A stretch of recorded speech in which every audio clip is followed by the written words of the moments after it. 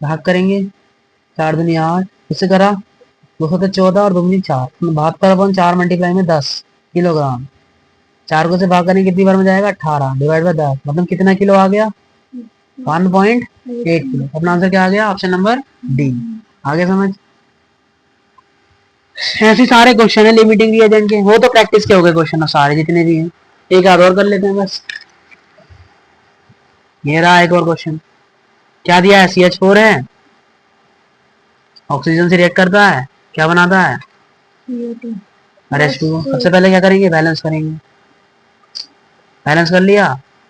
Actual में question में क्या दिया है? 5 मोल मीथेन दिया है और 8 मोल ऑक्सीजन दिया है। सबसे पहले क्या निकालेंगे? Limiting reagent. क्या निकालेंगे? तो लिमिटिंग रिएजेंट के लिए क्या करना पड़ेगा हमें? कोने में जाएंगे। ऑक्सीजन कितने मोल है? 8। स्टोइचियोमेट्रिक कोएफिशिएंट 2, 5 स्टोइचियोमेट्रिक कोएफिशिएंट 1। छोटा वैल्यू कौन सा है?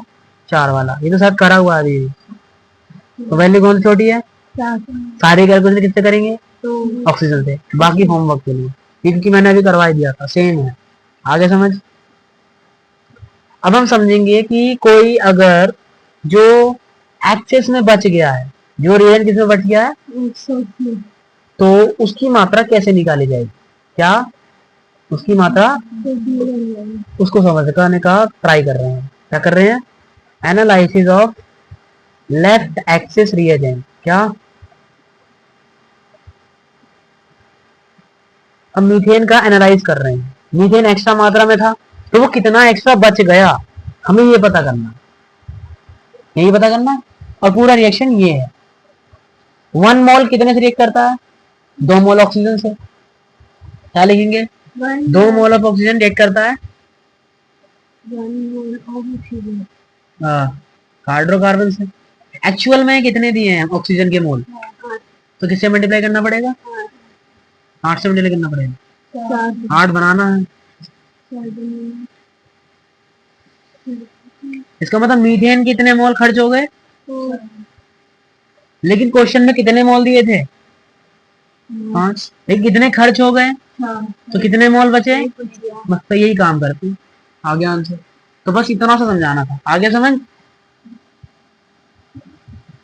अब इस वाले क्वेश्चन से समझते हैं। ये रहा क्वेश्चन। बहुत सारे क्वेश्चन है, बहुत सारे। फिर होमवर्क। होमवर्क के लिए आज कितने क्वेश्चन है जी? 30 से ऊपर, 30 के समथिंग होमवर्क में है।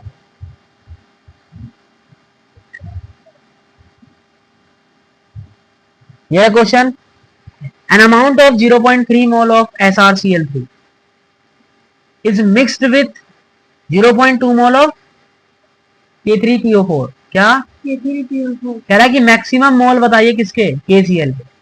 सबसे पहले क्या लिखना पड़ेगा? रिएक्शन। तो लिखते हैं। ये कौन सा रिएक्शन है? Displacement reaction. कौन सा रिएक्शन है ये? ये पढ़ने से ही आएगा। 2-4 रिएक्शन देख लो, इसी में से आ जाएगा पेपर में। क्या होगा? यहाँ बन जाएगा KCl और क्या बन जाएगा? SrPO4। SR3PO4 का होल ट्वाइस क्या बन जाएगा? अब रिएक्शन बैलेंस करेंगे। 3 से मल्टीप्लाई, 3 है ना, 2 से मल्टीप्लाई और यहाँ 6 से मल्टीप्लाई। 6 से 2 है। ठीक है, बैलेंस कर लिया। इसका मतलब क्या होता है? 3 mole of SrCl3 2 mole of K3PO4 से रिएक्शन करता है और क्या बनाता है? 1 मोल ऑफ SR3PO4 का होल ट्वाइस और 6 मोल ऑफ KCl। क्वेश्चन में लेकिन कितने मोल दिए हैं SrCl2 के? कितने मोल दिए SrCl2 के? 0.2। और K3PO4 कितने दिए हैं? 0.2। इसका 0.3 दिए। क्या करते हैं? लिमिटिंग रिएजेंट निकालेंगे। कैसे निकालते हैं? मोल डिवाइड में स्टोइचियोमेट्रिक कोएफिशिएंट। SrCl3 का कितना है? 3 है और K3PO4 का कितना है? तो कितना आया? कितना आया? दोनों क्या आ गए? मतलब दोनों क्या होंगे? सेम अनुपात में खत्म होंगे। तो मतलब किसी से भी निकाल सकते हैं इस बार। क्या कर सकते हैं? तो दोनों क्या आ गए? तो किसी से भी निकाल लो, तुम्हारी इच्छा है, निकालो भैया। तो किससे आसान पड़ेगा? इजी से निकाल लेते हैं। किसकी मात्रा पूछी थी? KCl की। क्या 3 मोल ऑफ SrCl2 किससे रिएक्ट करता है? एक बनाना पड़ता है तो भाग में चला जाएगा। 1 मोल किससे रिएक्ट करता है? लेकिन कितने दिए हैं? जिससे मल्टीप्लाई करना पड़ेगा तो कितना आ जाएगा?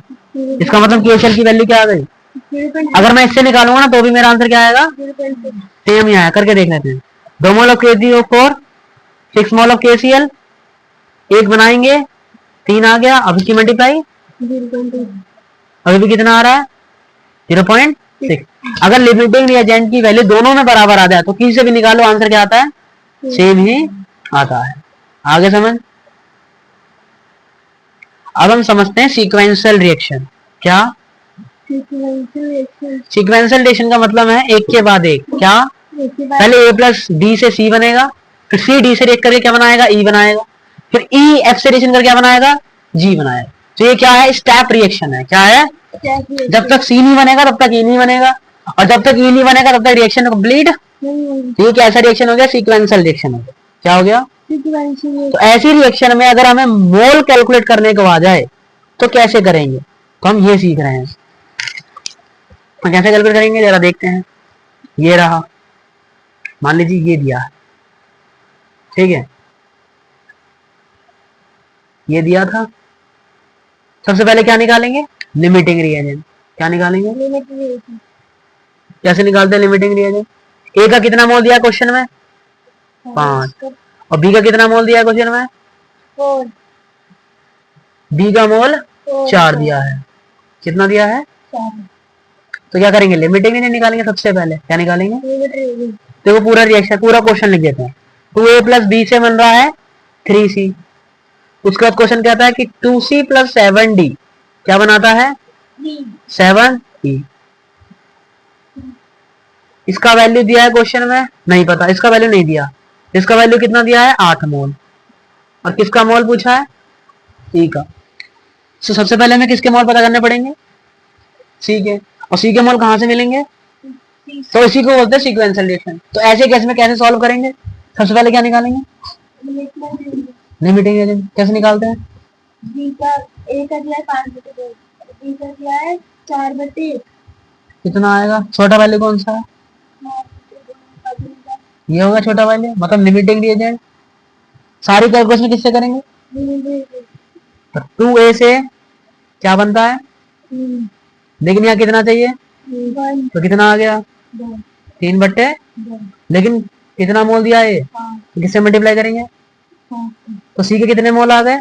तो यही मोल कहाँ लिख देंगे?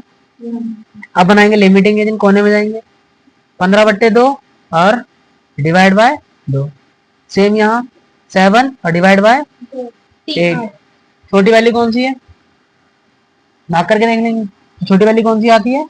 ये वाली। कौन सी आती है? ये वाली। भाग करके देख ली। तो ये क्या आ गया अपना? Limiting reagent. ये क्या बन गया? तो इसका मतलब 2 मोल ऑफ सी रिएक्ट करता है किससे? 7 मोल ऑफ। लेकिन हमें कितना चाहिए? 1। तो क्या हो जाएगा? लेकिन एक्चुअल में कितने मोल दिए हैं? 15/2। तो किससे मल्टीप्लाई करेंगे? यहाँ भी किससे मल्टीप्लाई? इसका मतलब बी के कितने मोल आ गए? 15 इंटू 7 अपॉन में 4। तो ये क्या आ गया? अपना आंसर आ गया। ठीक है, चलिए आगे बढ़ते हैं। समझ आ गया? अब एक जेई मेंस का क्वेश्चन करते हैं।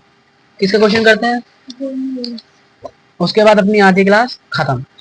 उसके बाद इस चैप्टर में सिर्फ क्या रह जाएगा? POAC। क्या रह जाएगा? और कंसंट्रेशन टर्म। उसके बाद ये चैप्टर फिनिश, मतलब कल खत्म होगा। करते हैं क्वेश्चन। ये रहा,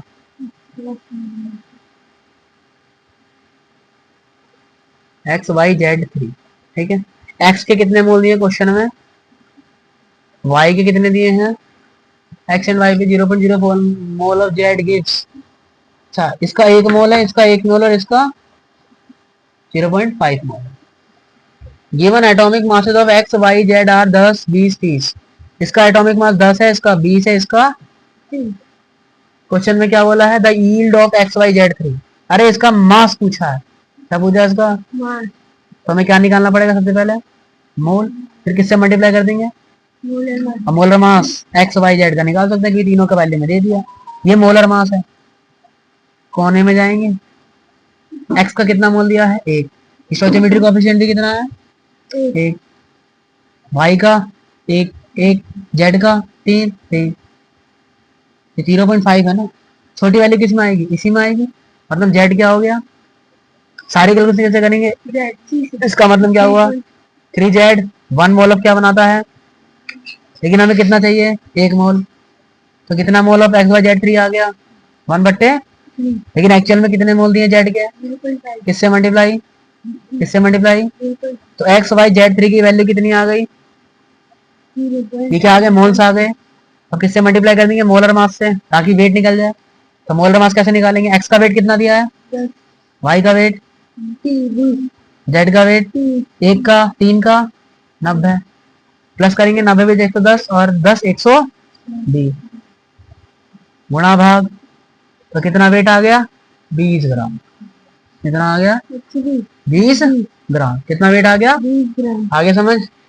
चलिए, बाकी 17 क्वेश्चन किसमें है? होमवर्क में। 17 नहीं, 23 के करीब होंगे। और ये सारा रिएक्शन पढ़ के आना है।